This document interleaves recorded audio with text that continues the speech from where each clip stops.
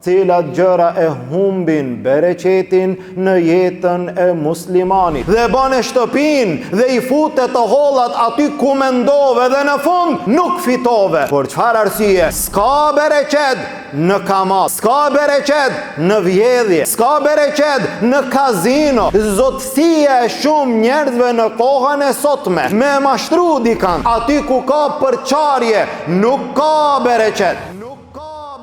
إن الحمد لله نحمده تعالى ونستعينه ونستغفره ونعوذ بالله من شرور أنفسنا ومن سيئات أعمالنا من يهده الله فهو المهتد ومن يضلل فلا هادي له وأشهد أن لا إله إلا الله وحده لا شريك له وأشهد أن محمدًا عبده ورسوله اللهم صل على محمد وعلى آل محمد كما صليت على إبراهيم وعلى آل إبراهيم إنك حميد مجيد اللهم بارك على محمد وعلى آل محمد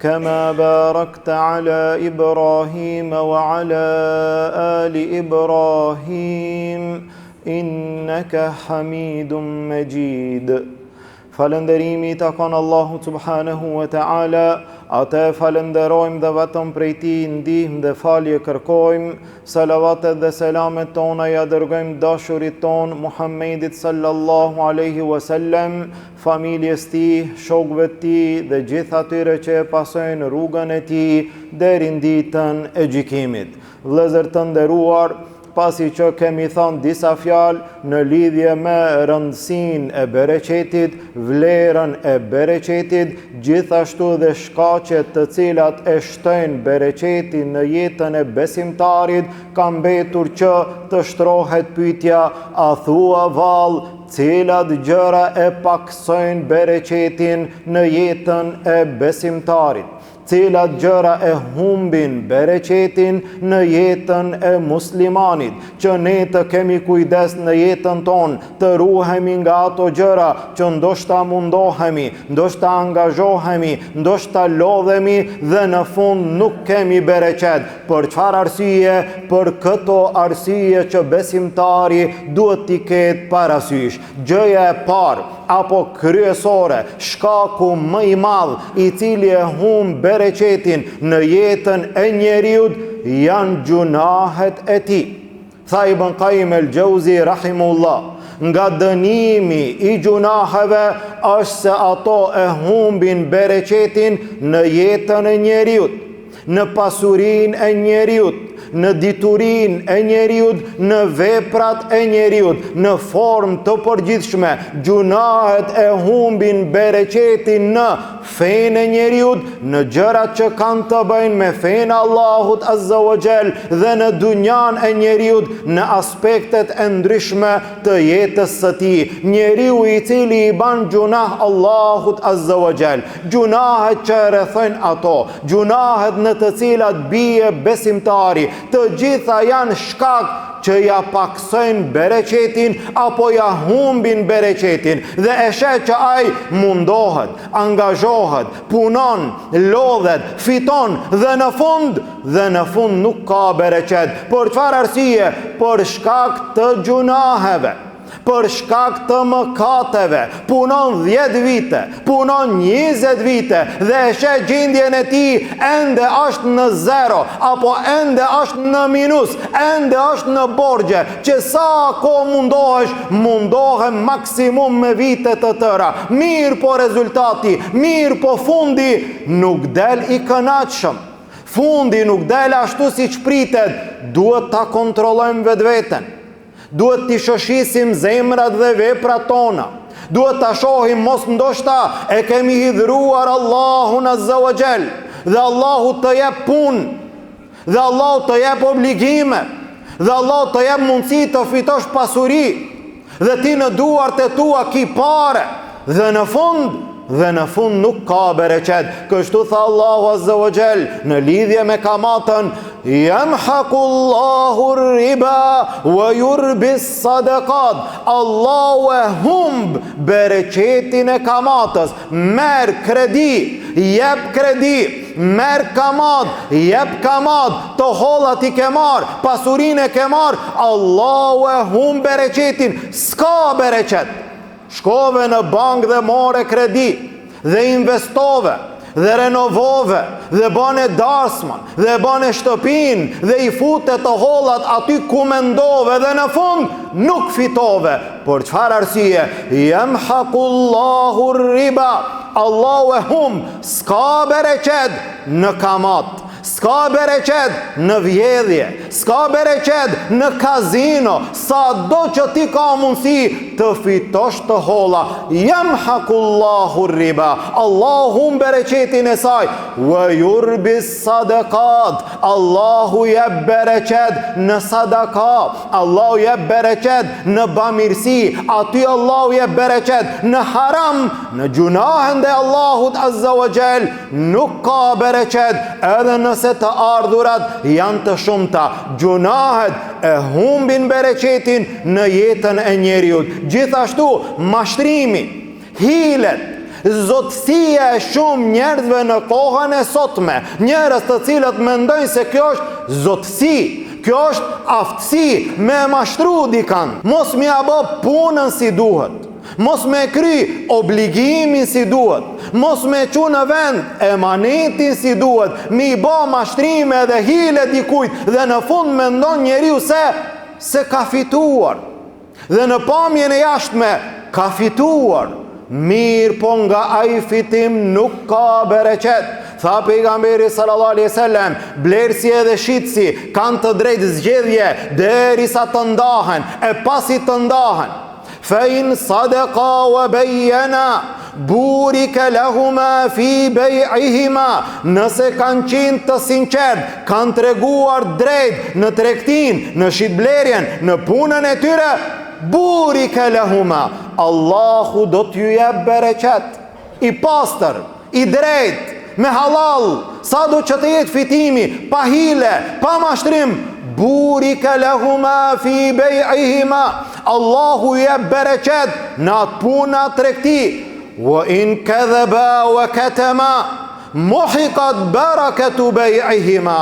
E nëse gënjejnë dhe fshehin, bajnë hile, bajnë mashtrime, hum bereqeti nga ai fitim. Punon dikush, mundohet dikush, lodhet dikush, mirë po pa e përzi pak me haram, pa bo pak hile, nuk mundet, i duket sikur puna e tij është e padobishme, pa fitim. Aty të ajo hilja të ajo mashtrimi, aty të harami i mbetet syri. Me mashtrim mundohet të fiton. A fiton? Fiton. Fiton njeriu edhe me mashtrim, fiton njeriu edhe me hile, ban pare, ban pasuri, ama nuk ka bereqet. Mashtrimi e humb bereqetin. Gjithashtu tha pejgamberi sallallahu alaihi wasallam, ai i cili e merr pasurinë e tij me hak, kjo është e rëndësishme. Ai i cili punon, ai i cili merret me tregti, ai i cili merret me biznes, ai i cili e merr edhe një rrogë normal si punëtor, ai i cili e merr pasurinë e tij me hak, me merit, Allahu do t'i jep bereqet në te. E ai i cili e merr pasurinë e tij pa hak, pa merit, do t'a merr pasurinë, mirë po do t'jetë si ai i cili ushqehet dhe nuk ngihet. Pasurinë e merr, rrogën e merr, dy vetë e kanë të njëjtën rrogë, të njëjtën familje, ndoshta të njëjtën gjendje, dikujt i mbesin tepër e dikujt nuk i dalin. Njënit Allahu i jep bereqet, tjetrit Allahu nuk i jep bereqet. Atë të cilën e fiton besimtari, duhet të mundohet që ta fiton me merit. Ti ja jep hakun asaj me të cilën mundohet. Ta merr atë pa hile, pa mashtrime, atëherë Allahu Azza wa Jall i jep bereqet asaj pasurie. Gjithashtu, ajo e cila humb bereqetin në mesin e besimtarve është përçarja e tyre. Aty ku ka përçarje, aty nuk ka bereqet. Qoftë në familje, qoftë në punë, qoftë në tregti, po qoftë edhe në xhami, aty ku ka përçarje, nuk ka bereqet. Jo rastisht pejgamberi sallallahu alaihi wasallam drejtohej ka sahabët para se ta fillojnë namazin duke ju thënë istawu wala takhtalifu, drejtohuni, plotësohuni, mos u përçani, mos i ndani safat, fatakhtalifa qulubukum, t'ju përçahen zemrat e juaja. A do të fillon namazi? Po, mos i ndaj safat, mos i përçaj safat. Disa safa para, e pastaj përçarje zbrasti, e pastaj disa safa atje në fund. Plotësohuni, bahuni bashk, komplet. Aty ku janë besimtarët bashk, aty ka bereqet. Aty ku janë besimtarët të ndarë, të përçarë, aty hum bereqeti. Dhe kjo gjithashtu edhe në familje. Derisa shkoi një njeri te pejgamberi sallallahu alaihi wasallam dhe u ankua, tha ja Rasulullah, ne në shtëpi, në familje, hajmë ushqim, mirë po nuk ngihemi. Subhanallah, ulemi edhe hajmë, bëjmë harxhime, harxhohen të mirat, harxhohen ato të cilat i kemi sillur dhe në fund pas pak kohë sikur nuk ke ngron fare. Subhanallah, tha pejgamberi sallallahu alaihi wasallam, فَلَعَلَّكُمْ تَأْكُلُونَ مُتَفَرِّقِينَ, a mos ndoshta ju hani të ndarë veç e veç? Sa është prezente një gjë e tillë sot në familje tona, për dallim të asaj kohe ku në sofër ka qenë gjithë familja bashk. Aty ku është familja bashk ka bereqet.